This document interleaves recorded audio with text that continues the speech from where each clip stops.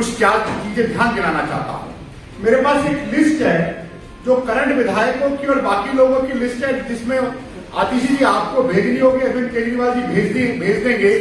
38 लोगों पर संगीन मामले हैं, जिसमें अमानतुल्लाह खां पर 12 संगीन मामले हैं, जिसमें आपके मुख्यमंत्री अरविंद केजरीवाल साहब पर भी 13 संगीन मामले हैं, जिसमें शोएब इकबाल पर टोटल 29 मामले हैं, 6 सीरियस मामले हैं, जिसमें अखिलेश त्रिपाठी पर 11 मामले, 4 सीरियस मामले हैं। ऐसे मुकदमों की आपके नायाब हीरो की लंबी फेयर लिस्ट है। मैं और ध्यान दिलाना चाहता हूं, आप सतेंद्र जैन को भूल गई होंगी, जिनके ऊपर हवाला कारोबारियों से गबन का घोटाले का बड़ा केस है, जो किसानों की जमीन केजरीवाल जी की ऑफिशियल दलाली कर जल बोर्ड की, पीडब्ल्यूडी के आए हुए पैसे की दलाली से हजारों करोड़ की किसान की जमीन खरीद रहे हैं, जिन्होंने ऑक्सीजन के टाइम पर, कोविड के टाइम पर घोटाला करा और गरीब को मरने के लिए छोड़ दिया। उस सतेंद्र जैन को भूल गए होंगे आप भूल गए होंगे संदीप कुमार आपके मंत्री को, जिन्होंने राशन कार्ड बनाने के नाम पर एक बहन के साथ बलात्कार किया। उसकी वीडियो देश ने देखी, शायद आप लोगों ने भी अच्छे से देखी होगी। आप भूल गए होंगे सोमनाथ भारती को, जिनके ऊपर उनकी धर्मपत्नी ने आरोप लगाया कि एक पति अपनी पत्नी के साथ किस तरह का व्यवहार कर सकता है, मीडिया के सामने उन शब्दों को उपयोग भी नहीं कर सकता। वो एफआईआर वो सब अभी जिंदा है। आप भूल गई होंगी उस बहन सोनी को, जिसने आरोप लगाया दिल्ली के मुख्यमंत्री को अपने सुसाइड नोट में कि जब मैं उनके पास वहां के शरद चौहान के विधायक बदवा ने जो किया उसके अगेंस्ट कंप्लेंट करने गई, तो उन्होंने कहा कॉम्प्रोमाइज कर लो। ये 38 एमएलए की लिस्ट हम आपको भेज देंगे, नहीं होगी तो नेट पे ढूंढी है हमने, वहीं से मिली, आप भी नेट से ढूंढ के इसको निकाल सकते हैं। आप भूल गए होंगे ताहिर हुसैन को, दिल्ली को जलते देखा गया, वोट बैंक की राजनीति के कारण आपने दिल्ली को जलाया, और ताहिर हुसैन जिसके ऊपर संगीन हत्या के मामले हैं, अंकित शर्मा की किस तरह से निर्मम हत्या कर दी गई, आप भूल गए होंगे। आप भूल गए होंगे टुकड़े टुकड़े गैंग के आपके मुखिया ने किस तरह से समर्थन किया। जेएनयू में नारा लगता है भारत तेरे टुकड़े होंगे इंशाअल्लाह इंशाअल्लाह, और आपके मुख्यमंत्री और बाकी लोग समर्थन करते हैं। वो विचारधारा है आपकी विचारधारा वो विचारधारा है जो आर्मी में कि सर्जिकल आर्मी देश की जब सर्जिकल स्ट्राइक करती है उसके ऊपर क्वेश्चन उठाते हैं। आपकी विचारधारा वो विचारधारा है कि कश्मीरी हिंदुओं की निर्मम हत्या होती है, बहनों के साथ बलात्कार होता है, और आपके मुख्यमंत्री टेबल बजा बजा कर दिल्ली विधानसभा में हंसते हैं। वो विचारधारा है आपकी। आपकी विचारधारा वो विचारधारा है जो दिल्ली के किसान की जमीन हड़पने के लिए जल बोर्ड की, पीडब्ल्यूडी की दलाली सतेंद्र जैन करते हैं, और आप उसको करते हैं। आपकी विचारधारा वो विचारधारा है जो पाकिस्तान में बैठे हुक्मरान के साथ उनके एजेंडे पे अगर कोई पार्टी देश में काम करती है तो अरविंद केजरीवाल जी की पार्टी काम करती है। आपकी विचारधारा वो विचारधारा है जो अभी जेएनयू में रामनवमी के ऊपर जिस तरह का हुड़दंग मचा, उसमें आपके लोगों का हाथ था, क्योंकि आप हिंदुओं के विरोधी हो, आप राम के विरोधी हो, आप वोट बैंक की राजनीति के लिए कहीं जा सकते हो। मैं माननीय मुख्यमंत्री जी अरविंद केजरीवाल जी को ध्यान दिलाना चाहता हूं, क्योंकि बड़ी बड़ी भ्रष्टाचार की बात की मुक्त करते हैं। आप सर गीता रावत को भूल गए होंगे, मनीष सिसोदिया जी की सबसे खास पार्षद है, एक मूंगफली वाले के लिए रिश्वत देती है, तो आपको भूल गए होंगे आपके कितने लोग सीबीआई उसमें इंक्वायरी में चल रहे हैं। आप बार बार कहते हैं मोदी जी से सतेंद्र जैन को गिरफ्तार कर, अरे भाई क्यों डर लग रहा है?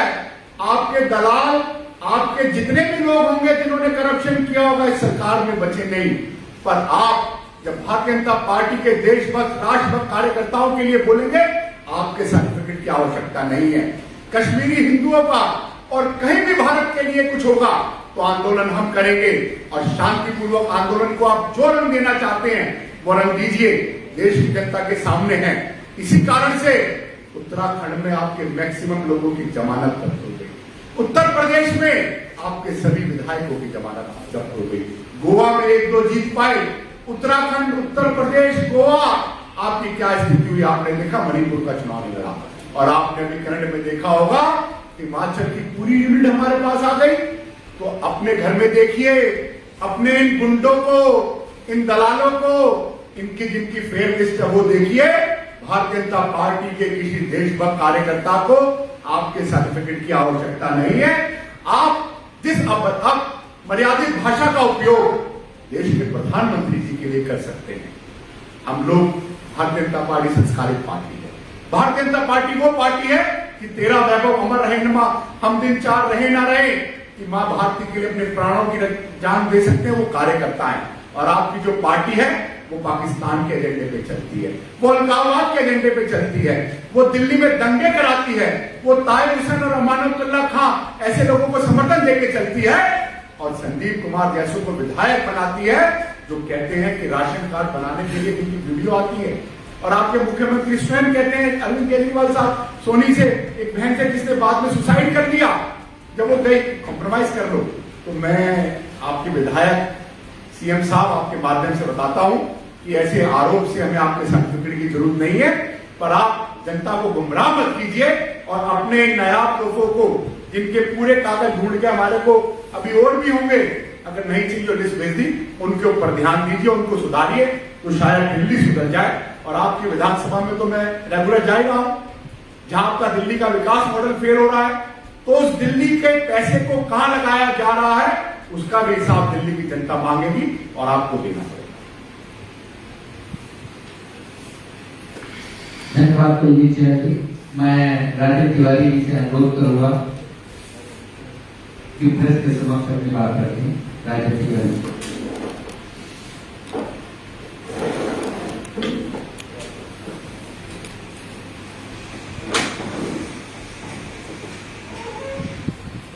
आज की इस प्रेस वार्ता में उपस्थित हमारे प्रदेश के महामंत्री श्री कुलदीप सहल जी, मीडिया के हमारे को कन्वीनर हरिहर जी, उपस्थित सभी मीडिया कर्मियों, मित्रों, अभी जिस प्रकार से कुलदीप जी ने बताया कि कल एक विधायक ने प्रेस करके हमारे पार्टी के युवा मोर्चा के साथियों के ऊपर ये कहा कि वो गुंडे हैं, वो लुच्चे हैं, वो लफंगे हैं, इस प्रकार की शब्दावली का उन्होंने इस्तेमाल किया।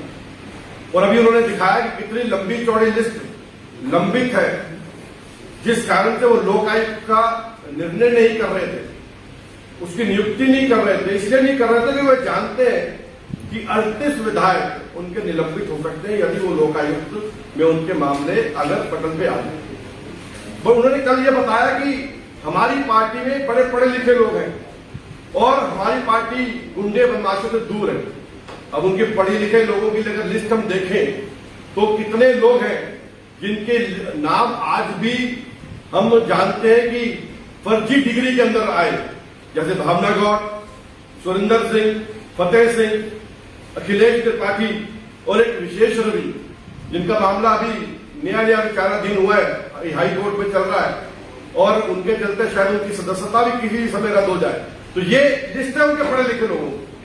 और दूसरी ओर उन्होंने ये बताया कि हमारे लोग हैं बड़े अमन प्रिय लोग हैं, तो अमन प्रिय लोगों की भी फहरिस्त अभी कुलदीप जी ने बताई, चाहे वो उसमें अमानुल्लाह खान हो या उसमें संदीप कुमार हो या प्रकाश जारवाल हो, ताहिर हुसैन हो, सोमनाथ भारती हो, सत्येंद्र जैन हो, लंबी चौड़ी लिस्ट है जो खत्म नहीं हो सकती। तो कृपा करके विधायक जी अपनी गरिमा में जाके दूसरों को आरोपित करने से पूर्व वो देखें कि हमारा कृत्य क्या है। लेकिन जो हमारे कार्यकर्ता पकड़े गए और उसके ऊपर उन्होंने कोर्ट का हवाला देकर टिप्पणी की कि कोर्ट ने 8 दिन तक छोड़ा नहीं, एक कोर्ट की प्रक्रिया रहती है, लोगों को गुमराह ना करें। बीच में छुट्टी भी थी, लेकिन कोर्ट ने निर्णय लिया, उचित निर्णय लिया, उनकी बेल हुई, वो लोग बाहर आए, उसकी आगे जो चलेगी इंक्वायरी वगैरह वो चलती रहेगी। लेकिन हमें गर्व है ऐसे साथियों पर, जो साथी वहां जाकर के केजरीवाल के निवास स्थान पर धरना और प्रदर्शन किया जिन्होंने। अगर हिंदुओं के ऊपर अगर बातचीत हुई, हिंदुओं के ऊपर उन्होंने कुछ कहा, तो उसके ऊपर अगर रिएक्शन करने के लिए कोई पार्टी जाती है, आप उसको मनगढ़ंत आरोप लगा करके उनको फंसाना चाहते। आपने झूठ बोला कोर्ट में कि केजरीवाल जी वहां मौजूद थे, उनके परिवार के लोग वहां मौजूद थे, जिसके कारण आप इतनी देरी लगी। और सच्चाई से कोसों दूर है, ना तो केजरीवाल जी वहां थे, ना ही केजरीवाल के परिवार के वो लोग वहां थे, और ना ही उन्होंने हमला करने का प्रयास किया। वो केवल वहां पहुंचे और घर के गेट को अगर पेंट कर दिया घर के बाहर रंग लग गया तो इसको उन्होंने एक बहुत बड़ी आपत्तिजनक मामला कर लिया। और मैं याद कराना चाहता हूं, जब 26 जनवरी का वो दिन था तो किस प्रकार से अराजकता करके 26 जनवरी जैसे राष्ट्र पर्व को रोकने का प्रयास किया आप लोगों ने। तो केजरीवाल जी और इनकी पार्टी से हमें सर्टिफिकेट नहीं चाहिए। हम लोग उनको जानते हैं किस प्रकार के अराजक लोग हैं, लेकिन हाँ, वास्तव में हमारे लिए गर्व की बात है कि हमारे यहाँ हिंदुत्व की जब भी बात होगी, अगर कोई भी उंगली उठाएगा, हम लोग निश्चित रूप से उसका पुरजोर प्रदर्शन करेंगे, पुरजोर उसके खिलाफ आवाज उठाएंगे। धन्यवाद। कोई सवाल आपके? चहल जी, जिस तरीके से जेएनयू में भगवा झंडे, भगवा पट्टियां लगाई गई, उसको लेकर के बीजेपी का क्या स्टैंड है, क्या कहना चाहते हैं? जबकि रामनवमी के दिन नॉनवेज को लेकर के इतना बड़ा हंगामा हुआ। भगवा देश की संस्कृति का प्रतीक है, भगवा देश के राष्ट्रवाद का प्रतीक है, भगवा एक धर्म और अध्यात्म के साथ साथ भगवा इस देश के आजादी के आंदोलन उसके साथ है। जिस तरह से रामनवमी के दिन एक योजनाबद्ध तरीके से, मैंने कहा, आम आदमी पार्टी के गुंडे और उनके समर्थित लोगों ने हंगामा किया, वो पूरे देश ने देखा। वो रामनवमी के दिन यही नहीं, देश के अन्य हिस्सों में भी हुआ। तो इस तरह के षड्यंत्र, देश को बांटने का, देश को तोड़ने का षड्यंत्र आम आदमी पार्टी के और बाकी इनके समर्थक लोग दिल्ली, राजस्थान और बाकी स्टेटों में कर रहे हैं। उत्तर प्रदेश में तो बाबा जी ने उनका इलाज कर दिया बाकी जगहों पर, और चाहे करौली की घटना हो तो हमारे कार्यकर्ता वहां जाके उनके साथ खड़े हुए। और विद्यार्थी परिषद के कार्यकर्ताओं ने भी, जिन लोगों ने वहां पर आतंकवाद का समर्थन करते हुए नारे लगाए थे जेएनयू में कि आज रामनवमी पे करें, उनका भी वहीं ग्राउंड पे जाकर पूरा जवाब दिया। सर, अगर बात की जाए तो दिल्ली में स्कूल पॉलिटिक्स चल रही है, तो इस स्कूल पॉलिटिक्स को लेकर के क्या कहेंगे? क्योंकि चाहे आपके नेता हों, वो भी दूसरे राज्यों में जाकर के बीजेपी को घेरने की कोशिश कर रहे हैं, और बीजेपी आपके गढ़ में यानी दिल्ली में ही जाकर के स्कूलों का निरीक्षण कर रही है, इसके पिक्चर सोशल मीडिया पे अपलोड करके सवाल खड़े कर रही है।